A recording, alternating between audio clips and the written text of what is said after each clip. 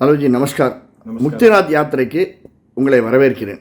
உங்களுடைய அனுபவம் சொல்லுங்கள். நீங்கள் எங்கேருந்து வரீங்க, எப்படி இந்த டூரில் பார்ட்டிசிபேட் பண்ணுறீங்க அப்படிங்கிறது சொல்லுங்களேன். நான் மலேசியாவிலேருந்து வர்றேன். எனக்கு இந்த டூர் எப்படி தெரியும்னா, என் மனைவி இதுக்கு முன்னாடி இதே டூர் குரூப்போட மலைநாடு போயிருந்தாங்க. அது மூலியமாக அவங்களுக்கு அந்த வாட்ஸ்அப்பில் வர்றதுனால எங்களுக்கு இந்த டூர் நடக்கிறது தெரிஞ்சு நாங்கள் சேர்ந்தோம். So nice. இந்த டூரில் எங்கெங்கெல்லாம் பார்த்தீங்க, என்னென்ன பண்ணீங்க? நாங்கள் ஆரம்பித்த நைமிசாரண்யம் பார்த்து, அதுக்கப்புறம் அயோத்திக்கு அப்புறம் முக்திநாத் முடிச்சுட்டு நாங்கள் காத்மாண்டு பார்த்துட்டு நேபாள் இனி அடுத்து நாங்கள் சீதாமாரி பார்த்துட்டு இப்போ ஜனக்பூரில் இருக்கோம் இல்லையா? ஜனக்பூரில் இருக்கோம். சரி, அயோத்தியில் உங்களுடைய எக்ஸ்பீரியன்ஸ் எப்படி இருந்தது? என்ன எதிர்பார்த்து வந்தீங்க?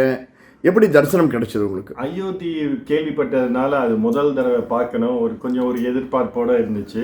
பிரமிப்பா இருந்துச்சு அந்த கோயில் கட்டினது. ரொம்ப நல்லா இருந்துச்சு. ரொம்ப நல்ல ஒரு பாசிட்டிவ் வைப்ரேஷன் அந்த கோயிலில். ஆக்சுவலி நல்ல எக்ஸ்பீரியன்ஸ் அது.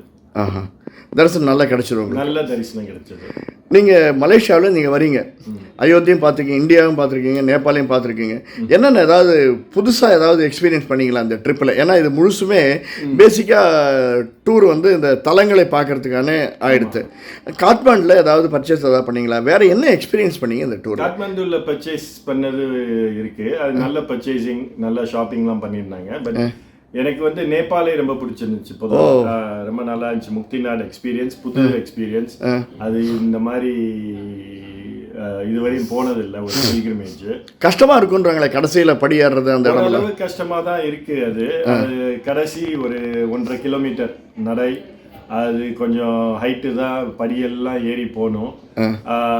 அது கொஞ்சம் நின்று அந்த 108 இது ஏதோ சொல்கிறாங்களா, அதில் குளிச்சிங்களா நீங்கள்? ஆமாம், அந்த 108 தண்ணீர் வர இடத்துல ஸ்தான குண்டத்தில் குளிச்சிங்க. அது குளித்தோம்.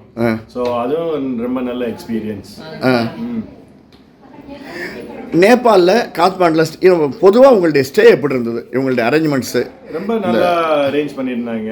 அதில் என்ன பெரிய அட்வான்டேஜ்னால், ஒரு சின்ன பிளிப்பு இருந்தாலும் அதை உடனே சரி செஞ்சு அதை ரிகவர் பண்ணுற அளவுக்கு நல்ல வெரி ரிசோர்ஸ்ஃபுல்லாக இருந்தது, குரூப்பாக இருந்தது. உங்கள் ஒய்ஃப் எப்படி எக்ஸ்பீரியன்ஸ் பண்ணாங்க?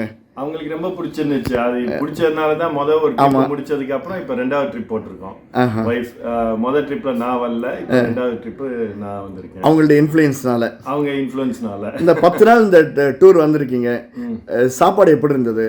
சாப்பாடு இவங்களே ஏற்பாடு பண்ணதுனால ஃபுல் ஸ்கேல் 3 வேளையும் சாப்பாடு ரொம்ப நல்லா இருந்துச்சு.